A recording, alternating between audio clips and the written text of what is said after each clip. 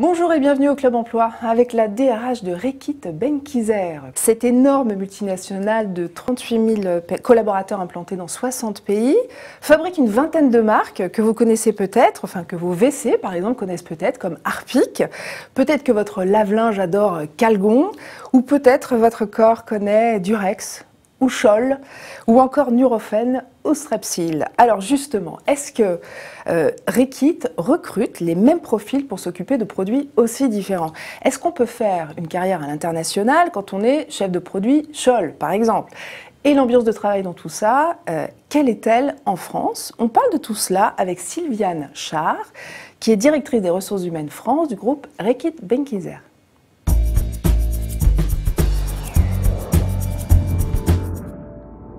Sylviane Char, bonjour, soyez la bienvenue. Bonjour.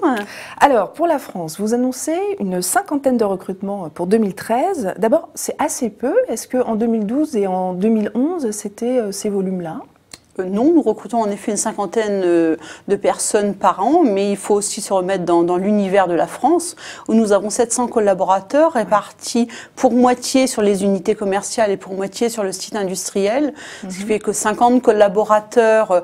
On cible principalement des profils commerciaux, marketing, finance, également tout ce qui est manufacturing. C'est tout de même beaucoup par rapport à 350 personnes, si on exclut l'ensemble des personnes qui travaillent plutôt en production. Parce qu'on a en tête 38 000 collaborateurs, effectivement ça semble beaucoup, mais Bien 700 sûr. En France. Vous parliez de recrutement dans le marketing. Combien de personnes cette année dans le marketing? Marketing, généralement, c'est une dizaine de personnes chaque année, et puis une vingtaine de personnes sur les fonctions vente notamment. D'accord. Vingtaine dans la vente, et pour les autres, puisque vous annoncez 50 recrutements, Eh bien, une dizaine de personnes au niveau du site industriel qui est basé à Chartres, une dizaine de personnes sur l'ensemble des autres fonctions rattachées au siège social, finance notamment, logistique. Vous recrutez essentiellement des jeunes diplômés, j'imagine? Principalement, oui, oui. Ce sont des CDI que vous proposez ou des CDD? Oui, non, principalement majoritairement des contrats à durée indéterminée. Alors, je le dis, expliquez-nous comment ça marche. Est-ce qu'un candidat peut choisir la marque sur laquelle il va travailler dès l'embauche?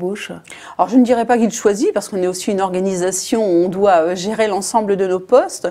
Par contre, on va bien sûr prendre en compte les affinités, les souhaits qu'il a, et puis surtout le faire évoluer sur différentes marques tout au long de sa carrière, de façon qu'il puisse avoir la diversité entre, comme vous le disiez, soit Finish, Calgon, mais aussi Durex, Scholl, je citerai Vite, Nurofen, etc. Alors justement, pour Durex, par exemple pour les préservatifs, est-ce que vous proposez plutôt un premier poste pour des hommes ou pour des femmes? Qu'est-ce qui marche le mieux? Indifféremment. C'est vrai?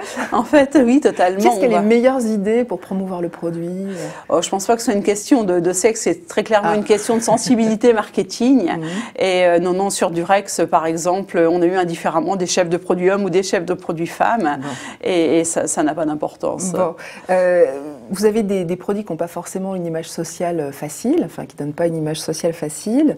Dire qu'on est chef de produit chez Harpic, par exemple, c'est pas forcément glorifiant, ou Scholl. Est-ce que chez Reckitt, il y a des marques mieux cotées que d'autres et qui sont peut-être des tremplins pour la carrière parce qu'elles ont une visibilité internationale ou... En fait, la majeure partie de nos marques sont des marques internationales. Vous citiez Harpic, vous citiez Scholl, ce sont des marques internationales. Donc lorsque vous rentrez comme assistant chef de produit et que vous devenez ensuite chef de produit sur la marque Harpic, très clairement, vous allez pouvoir développer cette marque de notoriété mondiale sur l'ensemble des continents. Et donc, vous allez devoir, en tant qu'expert marketing, trouver l'innovation majeure qui permettra à cette marque d'être présente sur l'ensemble des continents et qui répondra également aux besoins des familles. On va se parler vrai. Quelle est la marque qui est la plus demandée parmi vos collaborateurs, sur laquelle il faut absolument avoir travaillé, parce que c'est la plus riche? Sincèrement, je ne peux vous en citer. Je pense qu'on fait rêver avec des marques peut-être plus comme Vite pour les femmes, ou des marques également sur l'univers de l'hygiène avec Dettol. Également, on est sur des marques pharmacie qui peuvent séduire, telles que du Nurofen, Gaviscon. On n'a pas une marque par rapport aux autres. Vous n'en citerez pas une, je le savais. Je n'y arriverai pas. Alors, si le candidat demande à travailler, pareil, dès l'embauche, dans l'un des 60 pays dans lesquels vous êtes implanté, vous pouvez satisfaire sa demande? Globalement... Ou est-ce qu'il faut commencer par la France, forcément? Non, en France, on va plutôt recruter des personnes qui vont démarrer généralement leur carrière en France. Ceci dit, on travaille par exemple sur des programmes de recrutement de jeunes diplômés sur un programme de 2 ans, 1 an en France, puis 1 an à l'étranger. Ensuite, ils vont continuer leur carrière dans un des 60 pays, dans une des 60 filiales. Donc, on peut plus simplement, généralement, commencer sa carrière dans son pays uniquement pour des raisons d'acquisition de techniques, mais pour ensuite, assez vite, développer sa carrière à l'international. Ce programme dont vous parlez, il concerne combien de personnes en France? Il concerne, alors, on a démarré sur un programme européen et il concerne au niveau européen environ une 30aine de personnes chaque année. D'accord, donc c'est très peu par rapport à... Encore une fois, il faut rapporter cela. Ce sont principalement des personnes qui vont démarrer sur les premiers postes en vente ou en marketing. Donc c'est à la fois peu, mais c'est tout de même aussi 30 personnes chaque année qui rejoignent l'ensemble de nos équipes au niveau européen. Est-ce que vous avez de plus en plus de jeunes qui vous demandent de commencer dans des pays émergents, oui, totalement. Là où il y a la croissance? Oui, oui, enfin, pas forcément de commencer, mais de continuer sa carrière au niveau des pays émergents. Il est très clair que la Chine, notamment, est un pays qui fait rêver pour l'ensemble de ces jeunes qui débutent et qui sortent des écoles de commerce.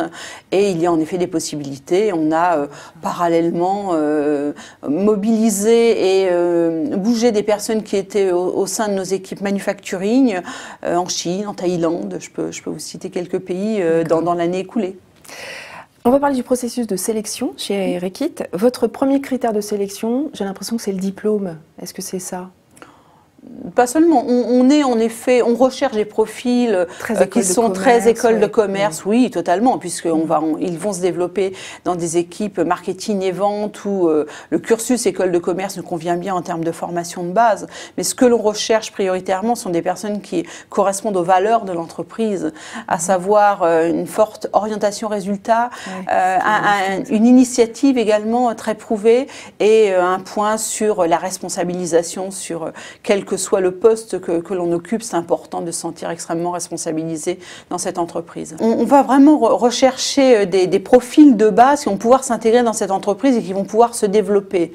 Alors, est-ce que c'est élitiste? Peut-être, mais depuis 15 ans, on travaille très régulièrement en France, notamment avec les écoles de commerce. On établit de très bonnes relations avec la plupart d'entre elles et les choses prouvent qu'elles ont fonctionné puisqu'on a réussi à développer beaucoup de directeurs marketing, vente qui sont sur l'ensemble de nos pays, sur les 60 filiales. Ouais. Vous reprenez des recettes qui ont bien fonctionné, vous n'êtes pas dans une optique anti-clonage comme on peut voir dans certaines entreprises. Non.